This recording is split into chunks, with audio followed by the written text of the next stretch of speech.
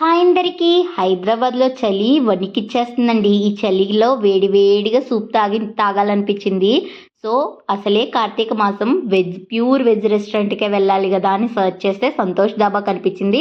And మా మామ కూడా చెప్పాడు ఇక్కడ ఫుడ్ చాలా బాగుంటుందని. ఫస్టే స్వీట్ కార్న్ సూప్ ఆర్డర్ ఇచ్చాం.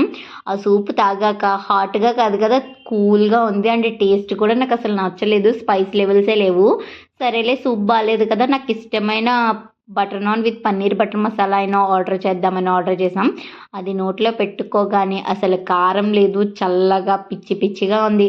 సరేలే 2 టేస్ట్లు బాగాలేదు కదా, అట్లీస్ట్ బిర్యానీ అయినా బాగుంటుంది అని బిర్యానీ టేస్ట్ చూస్తే నేనైతే ఆ గ్రేవీ పీస్ కూడా పెట్టుకోలేకపోయాను, పన్నీర్ పీస్.